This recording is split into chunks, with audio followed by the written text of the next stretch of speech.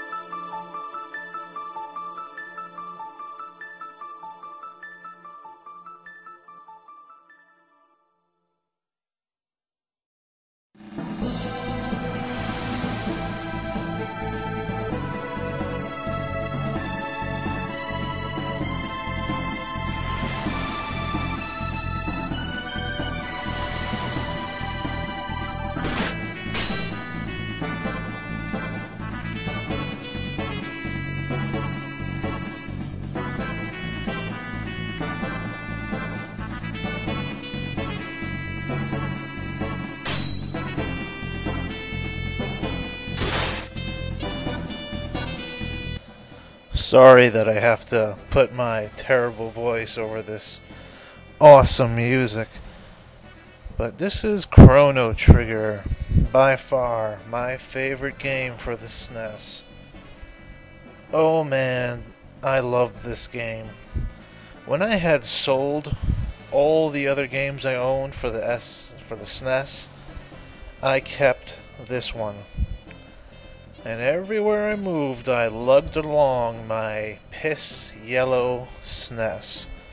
Why was it piss yellow? I don't know. The older the systems seemed to get, the yellower they became. This was common amongst all of them, not just mine. This game has character design by Akira Toriyama, the same guy who did Dragon Ball. Vegeta, what does the scouter say about his power level? It's over 9,000! What, 9,000? And they all have that signature Akira Toriyama look. He's done lots of different games. Well, maybe not lots, but he's done a few. And every character has a nice, distinct look, like a separate, recognizable color scheme. As you can see, the graphics for this game are really bright, really colorful. Some of the best the SNES had to offer.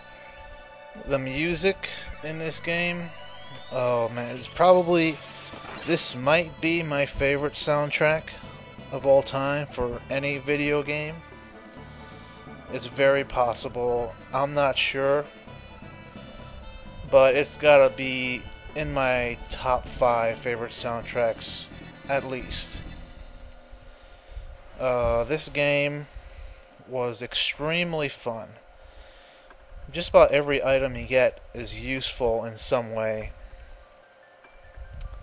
It's not too hard, so it's actually good for beginners. One of the interesting things is there are no random battles, so to speak.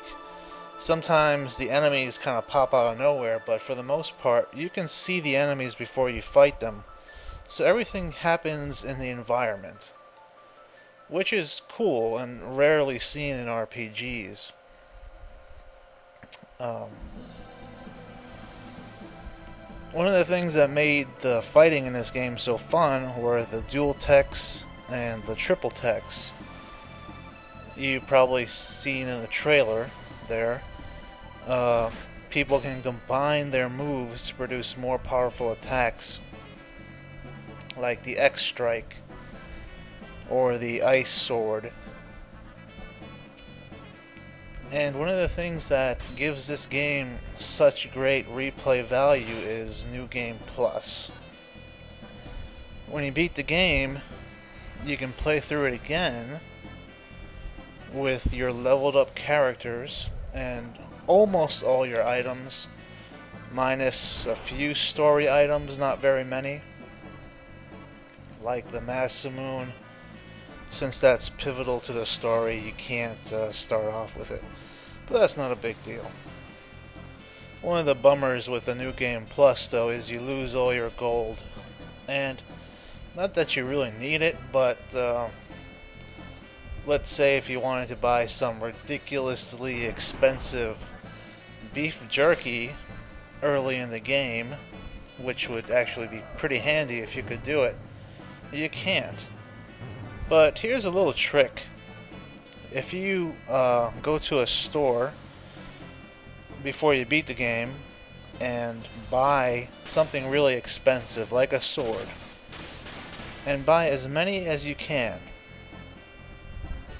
then when you start a new game you can just sell those swords and you'll get half your money back at least, so that's pretty nice. I played through this game so many times, I wound up with like 3 of every item, bunches of Aussie pants, sunshades, green dreams. You know what I'm talking about if you played this game. I had like 50 mega elixirs.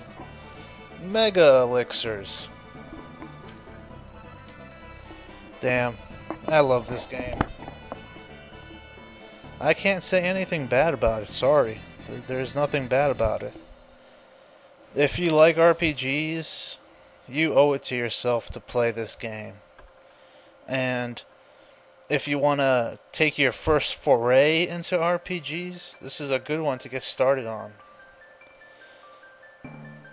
What are you waiting for? Go play it! But this is not where or how it ends. Fate promises more twists before this drama unfolds.